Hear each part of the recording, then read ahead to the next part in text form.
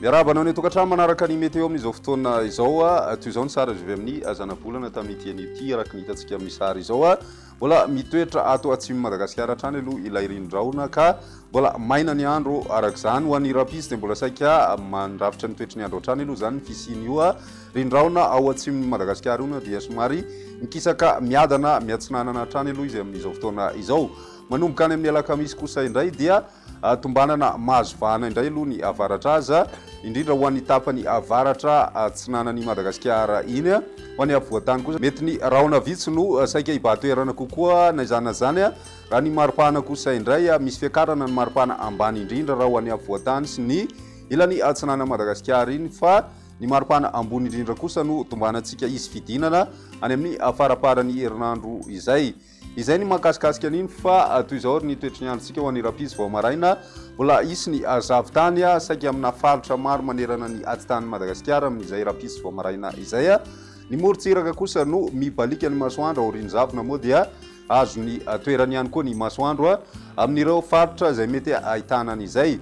ho an'ny rapiso tolakandro mbola maina tanteraka aloha ny andro amin'ny ankapobeny akoatra ny any amin'ny distrikany Maroantsetra sy ny faritra atsimo atsinanana izay mety ahitantsika tandrivindraona mandalo indraindray mandraona ihany koa ny andro ny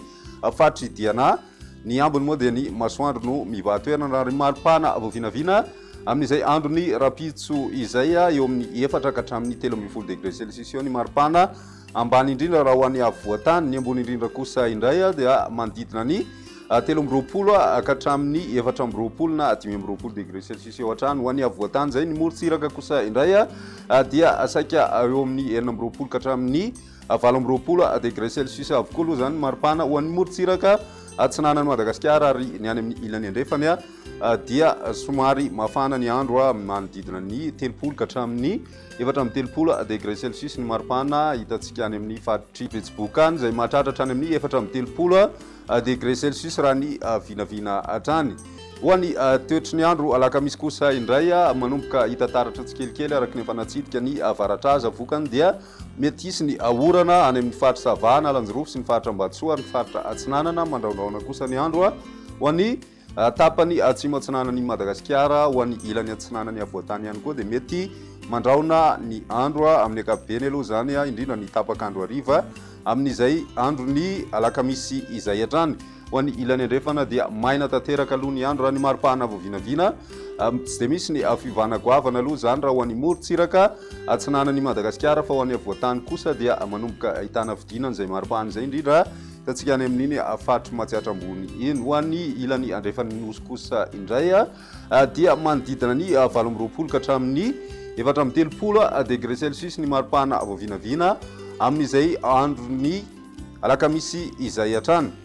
ny toetry ny androntsika ho an'ny zoma mbola mitohy hatrany ny orana any amin'ny tapany avaratra atsinana sy avovoan'ny atsinana Madagasikara mandraondraona ihany koa ny andro ho an'ny ilany atsinana ny faritra Sofia sy ny faritra Laotra Mangoro ny ambony kosa indray dia maina hatrany aloha ny andro amin'ny ankapobeny ary mety hibalika tanteraka ny masoandro moa zany any amin'ny ilany andrefan'ny Madagasikara raha ny maripana voavinavina amin'izay andro ny zoma izay hatrany manodidina ny 1 ka hatramin'ny 4 degré celsius ny maripana ambony indrindra ho an'ny avoatany